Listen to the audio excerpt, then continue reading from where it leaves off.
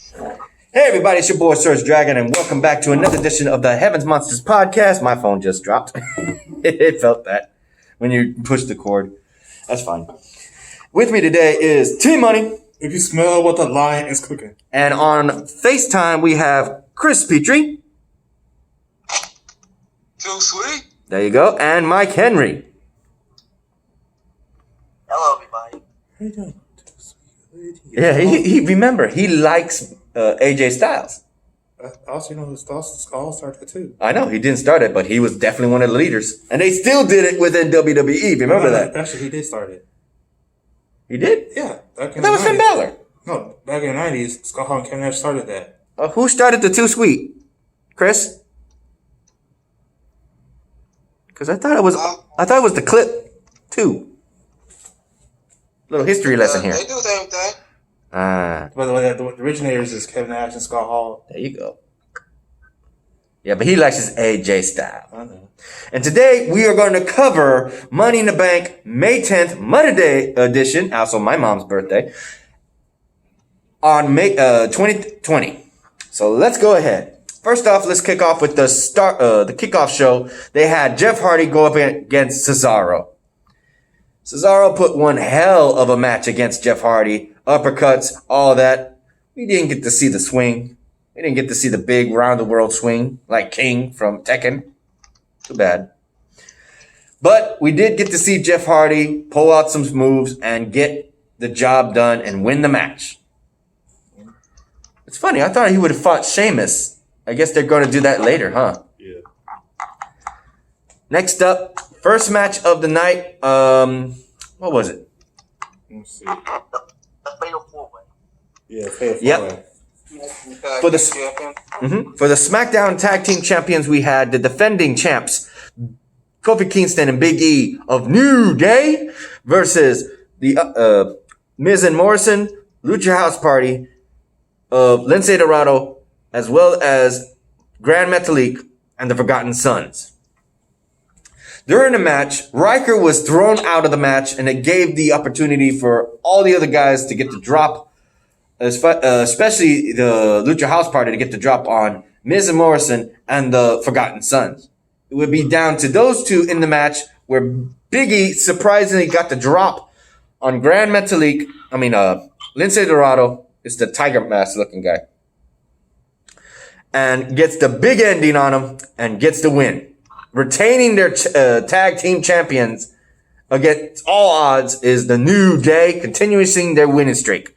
Their first title defense since becoming 8-time tag team champions. When is Xavier Wood going to make an appearance again? When he's a heel. All right. What's next? Oh, wait. What's your thoughts on that, Chris? The New Day retained their tag team championship against Miz and Morrison, Forgotten Son, and Lucha House Party was a critical match. That's all I can say. And you, Mikey? My thoughts is the New Day retained the SmackDown Tag Titles against the Dirt Sheets, Miz and Morrison, the Lucha House Party, and the Forgotten Sons. And now the big question is, who is next in line for the New Day's tag team, SmackDown Tag Team title? I don't know. Probably Heavy Machinery. Oh, the Usos. The Usos, yeah, that too. We'll get the. I don't think Otis Dozovich is right now focusing on the tag team. He's happy he has Money in the Bank, and he has Mandy Rose. Spoiler. No, I'm not saying my no. We were going to get to that. It's not a spoiler. Yeah, it is. No, it isn't. I'm explaining to you what Otis is thinking about. I'm telling you what Otis is thinking about. It's not called a spoiler. My brother told me. It's not called. You did. We were going to cover that. No, it's not called a spoiler. My brother told me. It's called what you. Well, I actually knew that he was that before because I saw on Instagram. I was like, damn it. You should know that. Why you didn't say what about the heavy machinery? All right, ready? Okay, so your thoughts. I just told you. This is my thought. All right. I'm saying. No, I mean, how do you feel about New Day winning? Not happy. Who you wanted to win in that match? John Morrison and The Miz. I'm not a New Day fan. All right. What's next on the list? Was it R-Truth versus MVP? Yeah, that's what's supposed to happen. MVP was supposed to teach R-Truth, and he insulted him, saying he's a raggedy ass wannabe gangster. Yeah, I agree. And then he goes and gets in his face, but then Bobby Lashley comes in and handles it. You know what this reminds me of? The Beatdown Clan in Impact Wrestling, when it was still struggling to be called TNA and Impact. Because they were a faction alongside Loki and Smojo. there you go. Eric Young. So that was showing respect to when they were teaming up back then. He ended up taking on R-Truth and just wrecking him. R-Truth tried his best, but he got overpowered and speared again. Your thoughts on that, Chris? Is a R-Truth well, he just got dominated by Bobby Lashley because MVP feels a wrestle. That's why he is a coward, as always. But he just got wrecked by Bobby Lashley. Bad night for the truth. You, Mikey? My thoughts is R-Truth did not deserve this. He did not deserve to get his ass whooped. Nope. He's definitely the other dog right now in the storyline. You Money? What you think? Bobby Lashley? And R-Truth, yeah. Well, they're both veterans, but R-Truth is more of a veteran than Bobby Lashley because R-Truth has been in WWE for 20 years. Mm-hmm. Yeah, I saw his 24/7. That was a good episode. That was sweet. And his first tag team partner was Road Dogg. During the Attitude Era. He was known as K Quick. Yeah, it was Road Dogg and him that came up with their own rap. Mm-hmm. That was sweet. Too sweet. Mm-hmm. All right. Next up, I think it was Bayley and Tamina. Right, Mikey? I believe, or was it Braun Strowman versus Bray Wyatt? No, let's cover Tamina and Bayley next. Oh my God. The two role models versus the Samoan. Yep, Miss Mean herself. But there's a thing though. She almost won the match. But thanks to Sasha Banks interfering in the match, she ended up going out of her way to actually try and stop it. And Tamina looked at her and said, "Don't you dare." And she ended up chasing her and ultimately costing her, giving Bayley the chance to get the win. So Sasha Banks helped her again, and they cheated. Tamina had the win. That's not right, man. That's not right. What do you think of that, T-Money? I could have told you that was happening with Tamina's career. That's what they're going to do to her for years to come. They're going to do that to her like that. Because they don't think she can go. What about you, Chris? Tamina was so close and so far becoming the first SmackDown Women's Championship because of Sasha Banks. That didn't happen.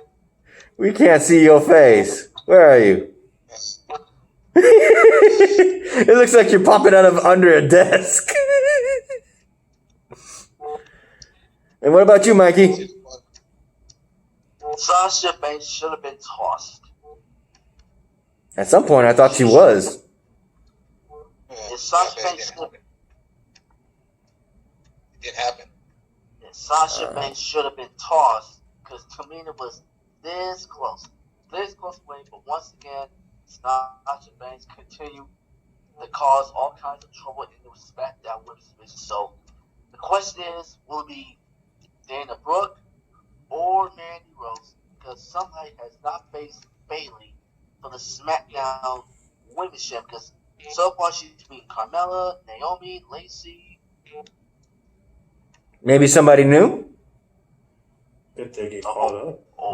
Maybe some call-ups from NXT. Who knows? Yeah. Like I said, don't get slipped. Dana Brooke, Mandy, maybe like you just said, Naomi. Well, like I said, she did beat Naomi. She beat Naomi, Tamina, Lacey Evans, Carmella. She beat 4 right here in the SmackDown. But now the question is, who's next? Could be Dana Brooke, Rose. We'll have to wait and see. Yeah. Maybe Ember Moon will make a return. She is on SmackDown. Well, she's injured. Yeah, that's what I'm saying. I don't know if she'll be able to fight, but if she does, that'd be a nice twist.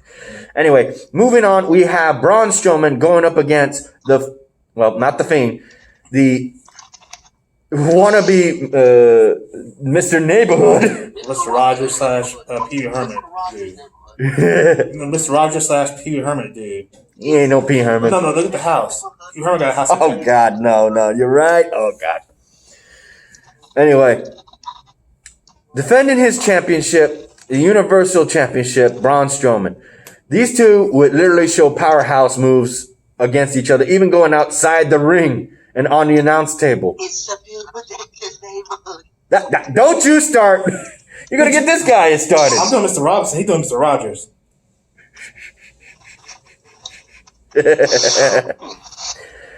In which case, what really flipped us was the fact that he actually came out and with the black sheep mask. And he went on his knees and started giving him a hug. So that was weird. And then he goes and showcases that it didn't matter. He just laid him out the running power slam and got the win. What? He's dark. He's still like that dude, the mystery dude from SmackDown. His lights are turned off in his room. That's why. Oh, yeah. Yeah. And we saw glimpses of the Fiend after he lost. So that means the Fiend might not be done with Braun Strowman. That was a nice twist with the Black Sheep, though. I was hoping for something like that. He played mind games with Braun Strowman. Well, it's not mind games. He's trying to get him to rejoin, bring him back to his... Yeah, the puppets made an appearance, too, with voice recordings. But you know what also has been said by Bray? He was trying to get Braun Strowman to give him the Universal title. Nope, not happening. So, because he wanted the title and he wanted Braun Strowman to join... come back to him. What do you think about that, Chris? I'm just so happy Braun Strowman retained his title. Now Bray Wyatt had to be back in the line. Uh-huh. Well, unless the Fiend shows up. LCC rematch. Plus, we know the next pay-per-view is Backlash. What do you think, Mikey? Mikey? Where'd you go? Mikey! Mikey! Yeah, I guess he misses out. Alright. Yeah, this phone don't got no good grip. Alright. So the next thing to cover is the match that honestly kind of stole the show between Drew McIntyre and Seth Rollins. I didn't even pay attention because I kind of skipped his entrance to fast forward since I watched it late in the night. He has new church music. What the hell? I didn't know about that. You were the one that introduced it to me. I was like, oh shit, he does. They played it at the Money in the Bank pay-per-view. Yeah, again, I skipped to it. Oh, he's back. Hey boys, little just desserts. I told you, do something. he got cake. Hey, I'll be like George Lopez. Save me some. Anyway, get your 2 cents on Braun Strowman beating Bray Wyatt. never Bray Wyatt got another thing coming. I'm just glad Braun Strowman whooped Bray Wyatt's ass. Back on to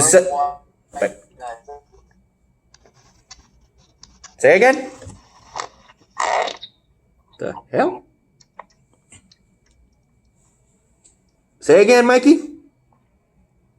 Like I said, you thought for 1 second that Bray Wyatt, excuse me, I'm trying to skip. If you thought for a second that Braun Strowman's going to reunite with Bray Wyatt, you got another thing coming because I'm just glad that Braun Strowman whooped Bray Wyatt's ass. Thank goodness. Yeah, buddy. All right. So the match that stole the show was Seth Rollins versus Drew McIntyre. And Seth Rollins, I was trying to say, had new church music. What the hell? Okay, Sunday. It was Sunday. It was Sunday. And then he brought Sunday to Monday. Oh, God. Yeah, we'll talk about that in a later video. Anyway, let's go ahead and just state the obvious. A lot of people would probably say Seth should have won that match because how many times did he hit all his finishers and couldn't put Drew McIntyre away? That was ridiculous. It was not a lot of people. They probably the Seth Rollins fans would say that. Hell yeah. There's a lot of them.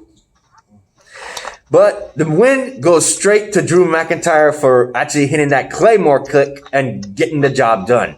Even going so far as to shake his hand and saying that he did such an amazing job. He gave him what he needed. And Seth Rollins shook his hand. And Drew McIntyre gave him the ring. That was cool. That was cool. They laid it all out, man. They fought. Yeah, but Seth Rollins, you saw his face though. Why, he's like, why are you shaking my hand? That's what.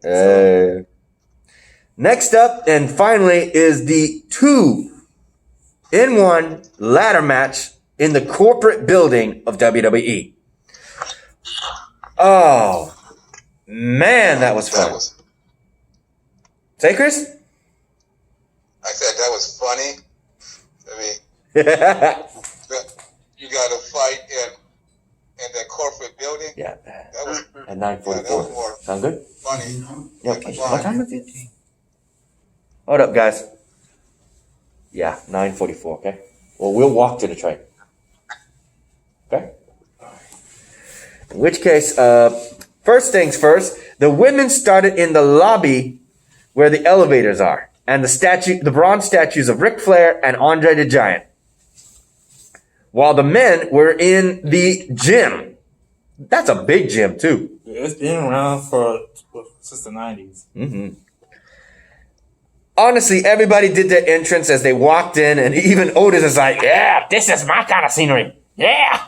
AJ Styles was not happy to see Otis. He's like, oh, God, not you. Ultimately, Asuka was the last one to be introduced, and as soon as the bell rang, you heard it throughout the building as a freaking announcement. Ding, ding. And Asuka was on the freaking edge of the second floor, and she drops in on them to get to the elevator first. And while the guys are using every equipment you can imagine in ways that are just damn, it was like freaking Edge versus Randy Orton all over again, but with 6 guys. Including the fact that Corbin was looking at that mirror and is like, oh shit, 7 years of bad luck. And of course, poor AJ got weighed down by Otis thanks to those big ass weights that he can't lift. And Rey Mysterio is looking at him being called out. Rey, help! He says, "De loco." God damn it! He was on the hunt for Rey, and he kept looking at all those interesting looking frames for WrestleMania moments, including Rey Mysterio as Mysterio from the Spider-Man. And then he sees Undertaker, and he sees a casket in the room. Aleister Black kicks him in there and closes the door on him. He's like, "No, not again!" Damn, that was funny. No, poor AJ, but damn.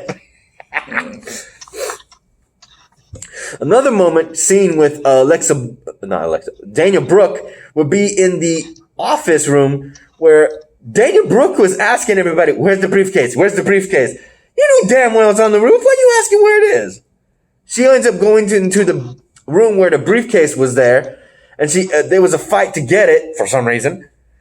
And everybody's knocked out. She ends up unclipping it. And Stephanie's looking at her like, that's not the briefcase. This is the Money in the Bank office room. The briefcase is on the roof. And it's full of money too. Well, no, to tell you the truth, she thought the men was on the roof. She didn't think the women was on the roof. Yeah, that's why she's stupid. She's stupid. And then it's still a continuing race. And then we get to see some figures. Rey Mysterio was chasing the guys. He was in the rear. And he sees Dude Love.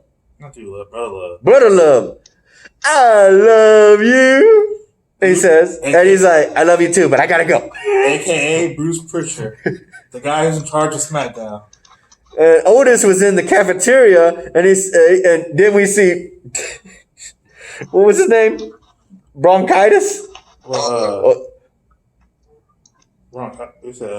Laurinaitis. Oh, John Laurinaitis. Yeah, people power. He threw a blueberry pie in his face. You know who's his brother? Who? Road Warrior Animal. Yeah. Why is it with all these two guys wearing white suits and red ties? What the hell? Did anybody else notice that, or is it just me? Oh, he's my Brother Love character? Yeah, and that's what he's been doing since the 1980s and 90s. Why the hell was freaking Lord Inez doing it? Because, when he was the general manager, he was doing it. Oh, yeah, he was wearing all sorts of suits. Yeah. Anyway, we also have Paul Heyman eating a feast. It looked like a Thanksgiving feast. I'm like, hey, man, why are you eating that feast without your mother? Without your wife? What the hell? And then we got a collision because freaking Carmella put her WrestleMania frame right on Daniel Brooke. She's walking around with that thing and she's like, ugh. Because she made Paul Heyman drop his sandwich onto Otis and he's like, fight! He throws that whole tray in Paul Heyman's face. You got all that rice on his face. He's like, it's a food fight that I just love. I was hoping there would be a food fight. I was hoping for one. And we got it. And the one who got it the worst was Rey Mysterio. He ends up being freaking attacked by being smushed between, what do you call it? He was being choked by Shayna Baszler and then smushed by Otis and freaking Nia Jax. Oh my God, poor Ray. He's choked and smushed. More smashed. He's smashed. But then you get to see Carmella get powerbombed by Nia Jax, and it's just the big girl and big guy, last one standing. On the other hand, Aleister Black, King Corbin, as well as Daniel Bryan and AJ Styles were up there near, because we know, near Mr. McMahon's office, because freaking AJ Styles and Daniel Bryan run into his office and they're like, oh shit. He's like, get out! Mr. McMahon does not want his office to be destroyed. Yeah, he doesn't want that actual T-Rex skull to be damaged. Yeah, his dinosaur bones. Because those are actual real dinosaur bones. And he putting that hand sanitizer on, he just smeared it. Mm-hmm. And then we have before they even get to the roof, we would have Shayna Baszler getting freaking run over. Asuka's bolting trying to get to the roof. She ends up cornering herself, kicking the hell out of Shayna Baszler. That who was it? I think it wasn't Carmella and it wasn't Daniel Brooke. So it had to be, it was Lacey Evans who gave her the women's right, and then freaking Nia Jax chokeslams her onto the wall. She's out of commission. So then we get Nia Jax, Lacey Evans, as well as Asuka on the top of the roof of the building. And Asuka would be the final one to get the ladder and actually retrieve the Money in the Bank briefcase for the women. That was awesome. And you know what's even funnier? King Corbin, because why the hell was he arguing with her? Why the hell was he trying to fight her and he lost? He got knocked out by Asuka. King Corbin wasn't ready for Asuka. King Corbin is an idiot. You know, again, he could have gone for his briefcase. What the hell? That makes no sense. He got hit in that box. Yeah, man. And then we got the men. And we had everybody. I mean, everybody on the roof as far as the men were concerned. We had Rey Mysterio and Aleister Black getting thrown off the roof. But once they shown it, AJ Styles was getting the ladder set up. I actually saw, I didn't have to wait till Monday Night Raw. I already saw it. That where they fell. They didn't fall off the building. They fall off the top of the first floor roof onto the second floor roof. So they went one floor about 6 feet or 10 feet or 12 feet off of the ground and onto the next building. And you know, ceilings, man, they know roofs. They got to be sturdy as hell. So they were concrete. Ow. Damn. So then it would be, let's see, Otis, AJ Styles, King Corbin, and not Aleister Black. Who was the third one? Great. I'm drawing a blank here. Who was the sixth guy? We had, Daniel Bryan. Daniel Bryan was fighting so hard, but he got knocked the hell out. And Otis was running around, so he couldn't even climb the damn ladder. Because he keeps breaking it. Yep. So it was down to King Corbin and AJ Styles. They unclipped the briefcase at the same time. So it was a little tug of war before Elias shows up hitting King Corbin with a guitar from the back. And it would look like that AJ Styles was going to win, but Butterfingers, he drops it, and the luckiest man alive once again. And the man who actually pulled it off by holding the briefcase for the longest and the last, Otis Dozovich, is your new Money in the Bank winner for the men's. Mr. Money in the Bank. Oh, there goes Mikey. Look at him. As soon as he's going to lose that briefcase. I hope he doesn't bet it. He better not bet it. He might lose it to Dolph Ziggler. Yeah, anybody. Or King Corbin, yeah. So that would be it for Money in the Bank. So, Chris, what's your 2 cents? What did you take out of that? What was your funniest moment? The funniest moment when Daniel Bryan and AJ Styles was fighting in Vince McMahon's office. And how do you feel about your boy AJ Styles having Butterfingers? No comment. The thing about that's there's a rumor that he's gonna be dropping that Money briefcase, right? Ah, man. Because that's what they did. That's what they did with Mr. Kennedy, and Damian Sandow, and Baron Corbin. Yeah, remember when they were Money Bank winners? That's what they're gonna do. Oh, you mean they're gonna lose? He's gonna cash it in and fail? No, he's gonna lose. He gonna probably. Well, someone had to cash it in and fail. Someone had to. Oh, and interrupt. Put it online. Ah, all right. And you, Mikey, what did you think? What did you take out of this? I'm just glad Otis got. My take is I'm glad that Otis got the job done. All the men fight for that men's briefcase, but Otis, unbelievable. It's just unbelievable. And you heard him. He was doing Rocky. He said, "I did it, Monday. I did it."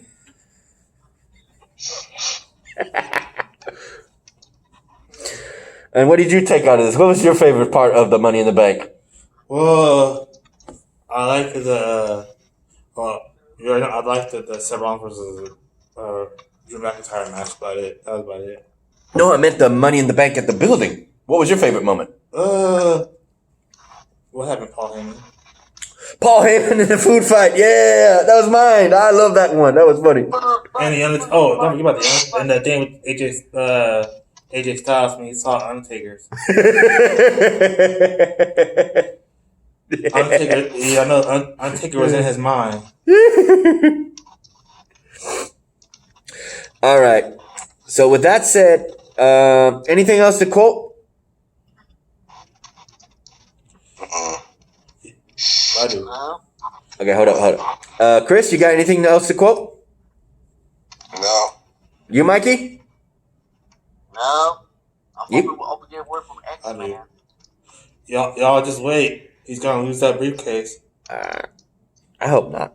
That's what's gonna happen. You think about what I just told you. Yeah, I know. I heard you. Y'all heard me too, right? Uh-huh. Mikey, Chris. Yeah, they heard you. Huh? Yeah, they heard you. All right. With that said, let's go ahead and wrap this video up. So, a shout out to our brethren, Xavier Hill, Mike Henry here, and Andre Mitchell. A link to their YouTube channels will be in the description down below, as always. And a remaining shout out to Chris Petrie, T-Money, Renee, Farrell, and Delvin. I'm going to see if I can get Delvin on here, but he doesn't got no Facebook. With that said, No, it's gonna work. yeah, I'm surprised. He was wanting to see this. I guess he was busy. He's probably doing a video of his own right now. In which case, if you like this video, give it a thumbs up. You didn't? Give it a thumbs down. Hit the subscribe button if you like the content, and hit that notification bell for the next Heaven Monsters podcast. I'm Surge Dragon. This is T-Money, Mike Henry, and Chris Petrie. We'll see you next time. Bye. I'm not hanging out. I'm wrong.